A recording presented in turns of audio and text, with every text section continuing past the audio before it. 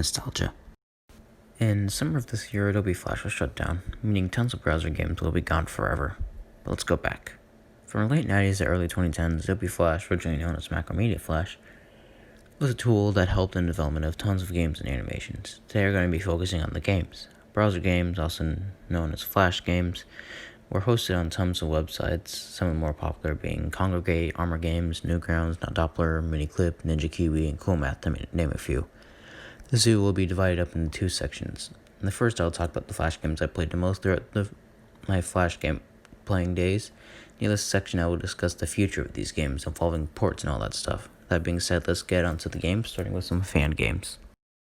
Ultimate Flash Sonic is a fan game of Sonic the Hedgehog.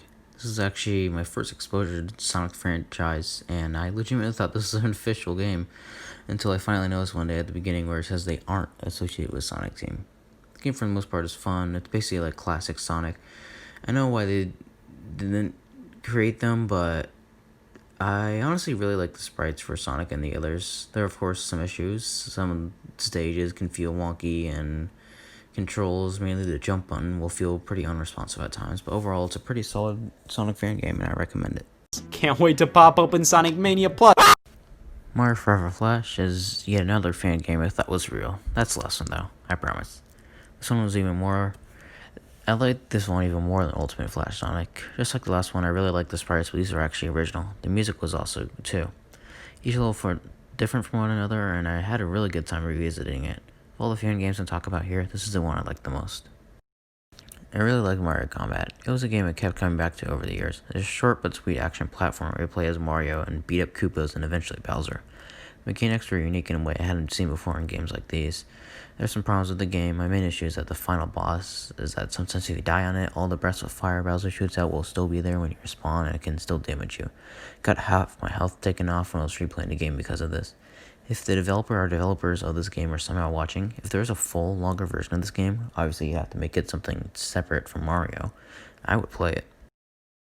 Henry Stickmin needs no introduction. It is probably one of the most popular Flash game series, if not the most, especially with the release of the Henry Stickmin Collection, which was a port of all the games to Steam, which also has a new game and a bunch of other new things. Not to brag or anything, but I got 100% on the achievements. The popularity, of course, comes from one of my favorite groups of people, Redditors, who with one moment from the game ruin the reputation of it forever. The games are good though. Strike Force Heroes is another Flash series I followed. The series follows soldiers against a terrorist group called Globex. The first two games are good, the third isn't that great, and honestly I didn't finish it. Each level plays like a multiplayer game in that instead of going for an objective like Call of Duty would or something like that, it's more in rounds of like team deathmatch or capture the flag, etc. The games are over the top, which is always something I love, and believe it or not, they have voice acting. You can customize the loadout of your character too, but for some reason if you choose a different skin for your soldier besides the traditional camo, it doesn't show in-game. Either way, they're really some of my favorite Flash games, and I hope a port or something comes soon.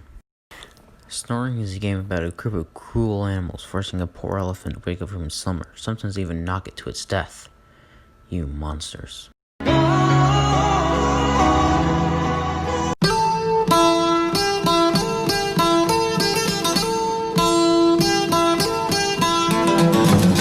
Alright, that's enough before I get copyright striked.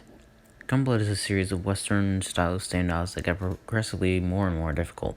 It's another really fun game, which I like, and like I said earlier, it gets more and more difficult, which really provides a nice challenge, and it's always really fun to revisit it. After multiple tries, I was able to beat it, though, not to brag or anything. It's a good game. Freeway Fury is a game about a guy literally road raging.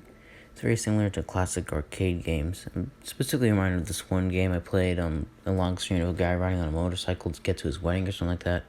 It's playing a top-down format, some of this game. If you know what this game is that I'm talking about, please let me know, because I actually forgot.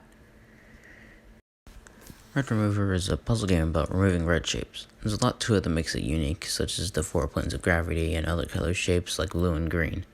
It's a fun series of puzzle games that can be challenging at times, and honestly one of my favorite Flash game series. City Siege is a series of Flash games where you hire soldiers and go through levels taking out terrorists and freeing cities. You also go to space in one game. wide variety of characters allows for pretty unique gameplay. It's always fun to experiment with the different characters and you can unlock and just kind of see what you can do in different levels and situations. Sushi Cat, alternate title Reddit Simulator, is a ball drop game where you drop a cat into sushi. You have limited drops, so you have to get as much sushi as you can, as well as multipliers for your points. The game is fun enough, but gameplay can feel repetitive across the multiple games that there are in the series, even when they try to change the stages up. Raft Wars: A New Hope is about two children who take it upon themselves to knock people off boats and force them to die by drowning. Angry Ball, Blossix, is a physics-based game about shooting different types of balls at blocks. I made the joke earlier that this was like Angry Birds, but honestly I'd argue that it's even better than that. There's a lot more here to offer than Angry Birds, plus it hasn't become a giant franchise which at this point is completely unrecognizable from back in 2009. Blossix is fun. There Is No Game is a short piece with point-and-click puzzle elements to it. It's a fun game, even when we're playing it. Just recently, Wrong Dimension came to Steam, which is basically a more expanded version of the game, which I've been really enjoying so far. Armor Mayhem is a 2D shooter with mechanics similar to Strike Force Heroes, but there are a lot of other things introduced as well. There are weapons that you can pick up. It has an own original soundtrack with stories, tons of maps. I really like this game, and it's always really fun to return to. I highly recommend it. Yet another 2D shooter that is great is Plasma Burst, specifically Plasma Burst 2. There's a great overlapping story that for the most part isn't told with that much exposition. There's a wide variety of weapons, enemies, and other things around the map. This is honestly one of my favorite Flash games, and get this, if you play on the official website, there's a multiplayer mode. Unfortunately, it's kind of dead, but back in 2015 when it was active, it was really fun. You can download it as either an EXE or SWF, but for me, neither of these worked when I tried to launch the game. Eric Gerd, if somehow you're watching this, how do you fix this? Duck Life is about ducks racing, yet it's really fun. It has RPG and pretty grindy elements, but even when it feels tedious at times, it's still really fun. One of the most popular Flash games is Bloons. It needs no introduction. Monkeys vs. Balloons. The games are fun. On to the next game. Run is a game about running. Choose a skater. My friend Pedro is yet another over-the-top shooter about a talking banana telling you to go on killing sprees.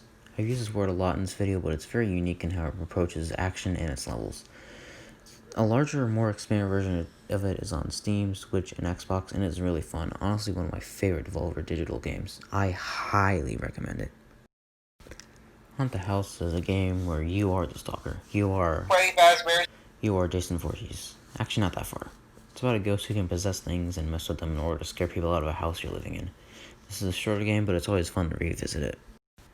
Dinosaurs and Meteors is a fun defense game about dinos picking up arms and shooting down meteors.